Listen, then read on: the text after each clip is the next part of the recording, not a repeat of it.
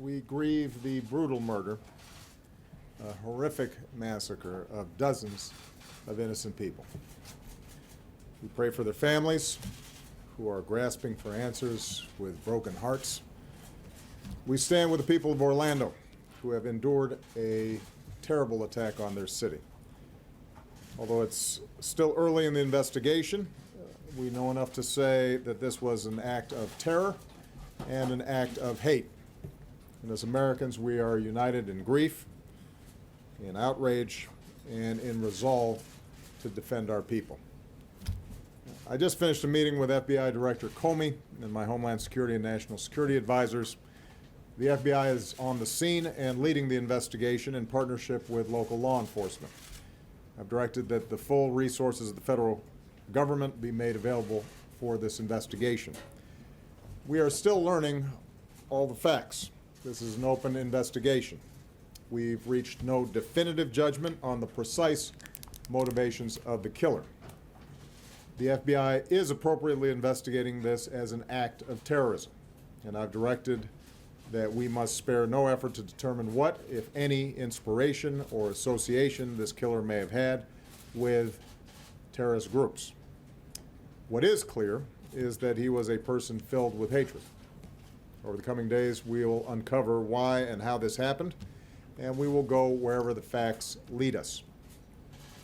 This morning I spoke with my good friend Orlando Mayor Buddy Dyer, and I conveyed to him the deepest condolences of the American people. This could have been any one of our communities.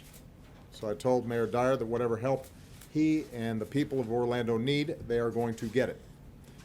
As a country, we will be there for the people of Orlando today, tomorrow, and for all the days to come. We also express our profound gratitude to all the police and first responders who rushed to harm's way. Their courage and professionalism saved lives and kept the carnage from being even worse. It's the kind of sacrifice that our law enforcement professionals make every single day for all of us, and we can never thank them enough. This is an especially heartbreaking day for all of our friends, our fellow Americans who are lesbian, gay, bisexual, or transgender. The shooter targeted a nightclub where people came together to be with friends, to dance and to sing and to live. The place where they were attacked is more than a nightclub. It is a place of solidarity and empowerment where people have come together to raise awareness, to speak their minds, and to advocate for their civil rights. So this is a sobering reminder that attacks on any American, regardless of race, ethnicity, religion, or sexual orientation, is an attack on all of us and on the fundamental values of equality and dignity that define us as a country. And no act of hate or terror will ever change who we are or the values that make us Americans. Today marks the most deadly shooting in American history. The shooter was apparently armed with a handgun and a powerful assault rifle.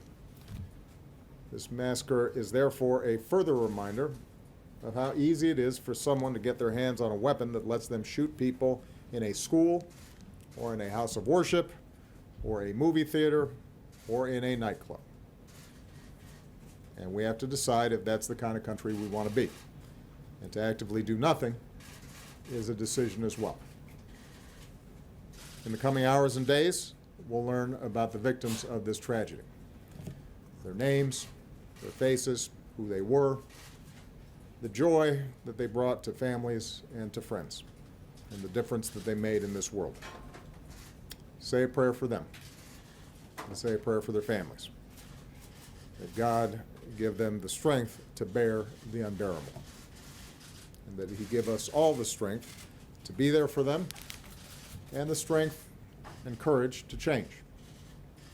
We need to demonstrate that we are defined more as a country by the way they live their lives than by the hate of the man who took them from us. As we go together, we will draw inspiration from heroic and selfless acts. Friends who helped friends, took care of each other, and saved lives. In the face of hate and violence, we will love one another. We will not give in to fear or turn against each other. Instead, we will stand united as Americans to protect our people and defend our nation and to take action against those who threaten us. May God bless the Americans we lost this morning. May He comfort their families. May God continue to watch over this country that we love. Thank you. Mr. President.